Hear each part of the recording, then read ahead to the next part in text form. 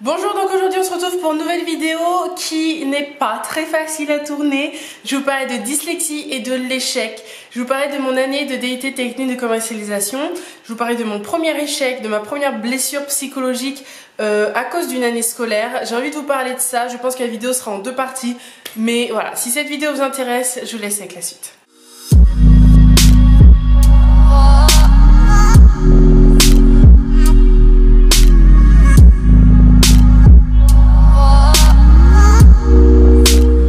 Donc je pense que la vidéo sera en deux parties. La première partie ce sera voilà mon histoire, comment je l'ai vécu, qu'est-ce que j'ai fait et tout ça. Et ma deuxième partie de la vidéo ce sera plus mes conseils, ce que j'ai un peu appris de cette année et tout ça. Donc si ça vous intéresse, ben on continue. Alors, j'ai envie de vous parler de ça parce que déjà je pense que c'est une vidéo qui est extrêmement importante et une des plus importantes sur ma chaîne. Tout simplement parce que ça peut vous concerner les personnes qui sont dyslexiques et les personnes qui sont non dyslexiques. Mais je pense que les personnes qui sont dyslexiques, ça peut vous concerner vraiment parce que c'est quelque chose qui est vraiment... comment dire, on est souvent amené à devoir se dépasser, à devoir se transcender, à devoir bosser 2 fois plus que les autres. Et donc du coup c'est pour ça que des fois on tire sur la ligne rouge très régulièrement. Et quand on est un peu motivé, quand on a un peu envie de réussir dans la vie, bah voilà, bah la ligne rouge, on sait pas trop où elle en est. Donc je vais vous expliquer un peu mon histoire. Sur toutes mes études, alors je vais vous parler de verte, orange et rouge. Ma ligne verte c'est quand je suis très bien, ma ligne orange bah, c'est quand je galère mais que ça va, et la ligne rouge c'est quand normalement je devrais même pas être là. Vous voyez ce que je veux dire? Donc pendant mes études, j'ai toujours été à peu près à la ligne orange. Je galérais, mais ça allait, on rigolait et ça passait. Vous voyez ce que je veux dire? Enfin, même si c'était très difficile pour moi, même si je me transcendais, même si je bossais 2 fois plus que les autres, ça me coûtait pas sur ma santé quasiment. Je stressais énormément, je me grattais la tête, mais voilà, c'est pas grave pour ma santé. Sauf que en fait, mon année DUT technique de commercialisation a été sur la ligne rouge pendant 1 an. Et donc du coup ça a été très difficile pour moi, que ça soit sur le plan psychologique ou sur le plan physique. Ça a été vraiment extrêmement difficile, sans compter les remarques que j'ai eues des profs qui n'ont pas été super gentils. Il y en a qui me soutenaient, il y en a que ça allait, et il y en a d'autres qui étaient moins cool avec moi. Donc voilà. Et en fait c'était une année où, c'est-à-dire que j'avais les capacités d'y arriver. Je suis assez contente de moi parce que j'ai quand même réussi. En fait, j'ai eu mon année, enfin j'ai pas eu mon année de 0,50 points et c'est là en fait où je me suis dit que même si j'avais eu mon année, ça servait à quoi d'avoir son année dans des conditions pareilles. C'est-à-dire que j'étais tellement sur la ligne rouge à la fin que, quand je vous dis sur la ligne rouge, c'est-à-dire que je me couchais à minuit et que je me réveillais à 3 h du matin pour bosser, que ça soit le matin et le soir, surtout pendant les partiels, n'en parlons même pas, je bossais, je dormais pas, je prenais des médicaments, enfin bref, c'était vraiment très très difficile. Et ce qui s'est passé, c'est que j'ai eu le redoublement, j'étais acceptée au redoublement, mais je l'ai refusé tout simplement parce que je ne voulais pas aller dans ma 2e année dans un état pareil, ou même redoubler ma première année dans un état pareil, c'était pas possible.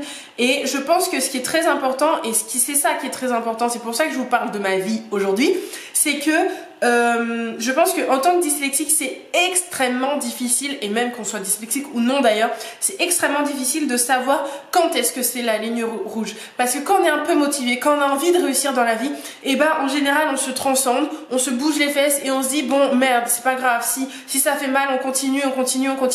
Il y a les proches autour de nous qui nous soutiennent, et donc du coup on n'a pas forcément envie de décevoir les proches autour de nous, on n'a pas forcément envie de se décevoir nous, donc du coup on va se pousser. Et il y a des fois, on ne connaît pas notre limite et on ne connaît pas jusqu'à où il faut pousser. Moi cette année-là, je l'ai poussé beaucoup trop ma limite, et j'ai eu une blessure psychologique. Quand je vous dis que j'ai eu une blessure psychologique, c'est que en fait après cette année, pendant les grandes vacances, pendant à peu près 3 mois, pendant mes grandes vacances plus 1 mois de plus, c'était pas possible pour moi d'entendre parler d'études. Parce que bien sûr mes parents ils voulaient que je reprenne quelque chose après, et j'ai dit non, c'est pas possible, je ne suis pas capable de reprendre des études. Déjà quand on me disait études j'avais envie de vomir, tellement j'étais pas bien du tout. Donc du coup ce que j'ai fait, c'est que c'est là où je me suis mis à faire mes recherches pour être fille au pair, parce que je me suis dit que là ce serait vraiment un objectif pour moi, parce que moi j'ai toujours rêvé de parler anglais, que ce soit même pour les cours ou quoi, mais ça je m'en fous, c'était vraiment que pour moi parce que ça me faisait plaisir.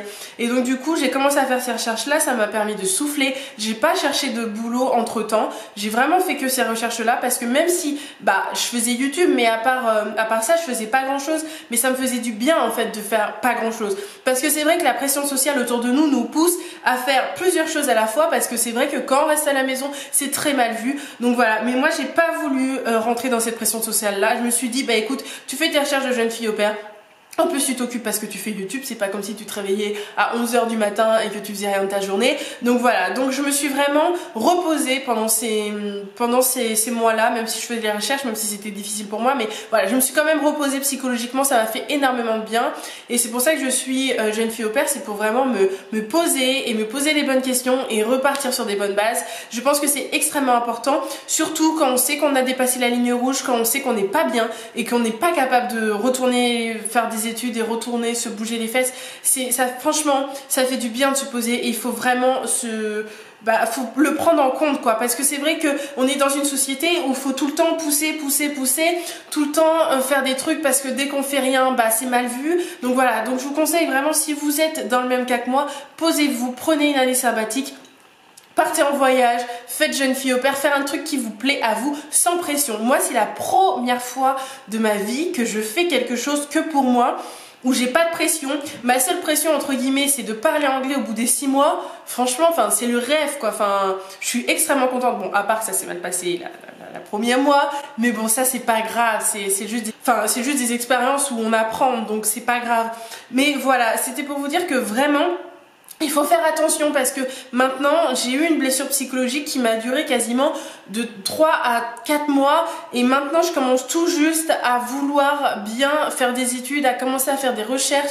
Je suis en train de rechercher pour peut-être travailler avec les enfants. J'ai fait des rendez-vous à la mission locale qui m'a énormément aidée. D'ailleurs, je pense que je vous ferai une vidéo dessus, parce que c'est vrai qu'il y a énormément d'a priori sur les personnes qui vont à la mission locale et les aides et tout ça. Mais je trouve ça dommage de se priver d'aide juste parce qu'on a des a priori, juste parce qu'on ne connaît pas trop et tout ça. Donc je vous ferai une vidéo, comment ça s'est passé, mon premier rendez-vous, qu'est-ce que c'est exactement la mission locale, comment ils peuvent nous aider quand on est dans ces états-là.